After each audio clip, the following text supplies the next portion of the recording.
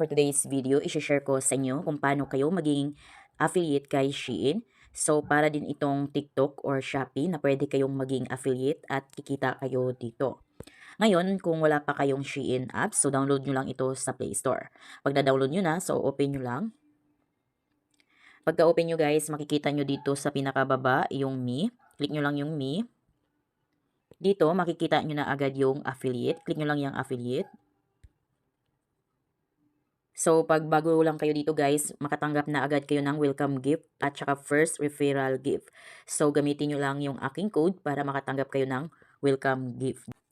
Then, up to 20% commission yung kikitain nyo dito per order. So, ngayon, click nyo na tong start earning. Then, scroll nyo lang pababa. Basahin nyo lang yun guys kung gusto nyo malaman yung mga commission fees, mga payment. Ayan, so for more details, pwede nyo yung basahin yung terms of service. Then, pag okay na, click nyo na tong may circle. Pag may check na, click accept. Authorize access na.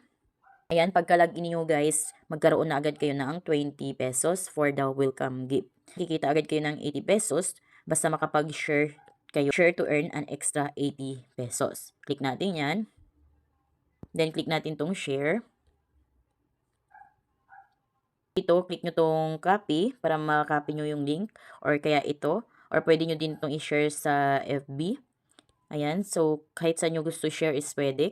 Then, click natin tong unlock 80 instantly. So, mag-share pa tayo in your earning journey today.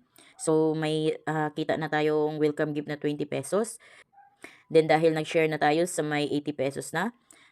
Then, sa pangatlo is, kailangan natin makomplete yung first referral order. I-share natin yung mga hot items. And then, up to 70% off on top brands. Ito ang referral benefits naman. So, yan yung gagawin ninyo para makomplete nyo itong pangatlo. Ayan, so ito yun. Ngayon, ma-unlock na agad yan. So, para magkaroon tayo ng 100 pesos. So, para lang ito sa mga bago. So, dito, kailangan nyo lang mag-share ng link or code para ma-acquire nyo yung referrals and then kikita kayo ng commission. Ito yung referral code ko guys. So, ayan, andito na yung available balance ko. So, dito makikita nyo yung human sign. Ayan, click nyo yan. So, dito ito na yung affiliate ID natin, referral code natin, at pwede din tayong makapag-convert ng link dito at saka makapag-link ng social media accounts natin. Click natin yan. Ayan, pwede nyo makonek dito yung Instagram ninyo, TikTok, YouTube, at saka Facebook. Back tayo. So, kung bumabalik kayo dito lagi sa Me guys, so click nyo lang lagi itong affiliate. Ayan. Then, dito, click nyo tong search products. I-search lang natin yung products na gusto nating i-affiliate. Halimbawa, blanket. Lalabas na agad dyan yung lahat ng blanket. Then, nakaganda dito is makikita nyo na agad yung magkano yung kikitain ninyo dito. So, ayan. 133 pesos, 36, 26. So, paano tayo kikita dito? So, click nyo lang tong earn. Click nyo yung earn. So, pag dito kayo mag-copy guys, so andyan na yung lahat ng information na gusto nyong ilagay pag halimbawa sa online kayo mag-promote. So, andyan na yung mga description, ayan, ng items. Pero kung halimbawa gusto nyo lang i-post ito sa Facebook at through copy link lang, so click nyo lang tong copy link. Then, yung link na yun na yung gawan nyo ng video or i-share nyo sa mga social media account niyo para kung may mag-click nun, so kikita kayo. So, ngayon, pag kumita kayo, so dito nyo makikita yung available balance niyo. Then, click nyo lang tong withdraw para ma-withdraw nyo na yung kinita ninyo dito. So, ngayon, paano yung payment settings dito? Para doon ihulog ni Shein yung inyong komisyon dito.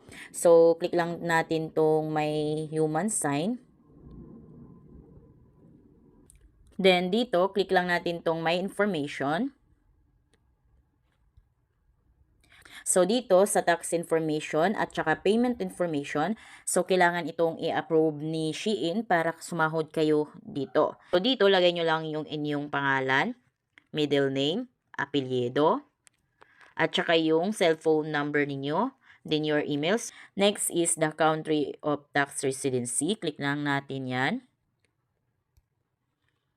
Of course, Philippines. Click natin yung Philippines. Next naman is the mailing address. So, dito, lagay nyo lang yung address ninyo, which is the street number, block number, lot number. Then, kung anong country, click natin yan. Ganun din, Philippines. Then, select nyo lang kung anong province at anong city. After nyan, double check nyo kung tama ba yung information na nailagay ninyo. Then, pag tama naman, click nyo lang tong next. Ayan, dito naman tayo sa payment information. So, dito sa account information, mamimili tayo ng payment method. So, guys, ang nakalagay lamang dito is PayPal. So, sasahod lamang kayo sa PayPal account ninyo.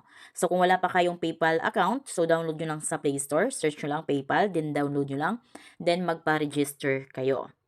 Then, kung ano yung PayPal account ninyo, yun yung ilagay ninyo, and then your account number.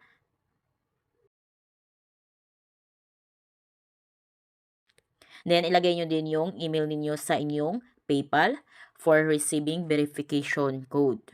After nyan, click nyo na itong save.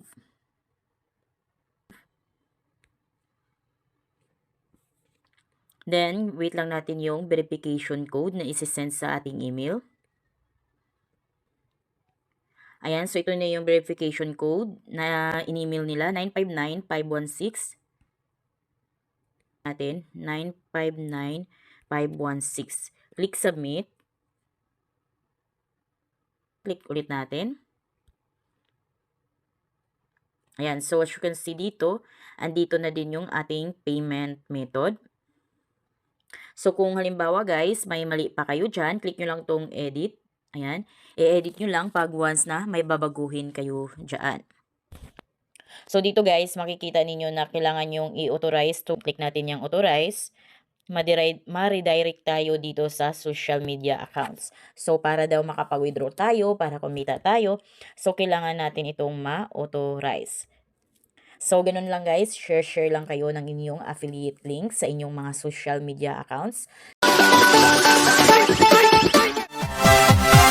Yeah!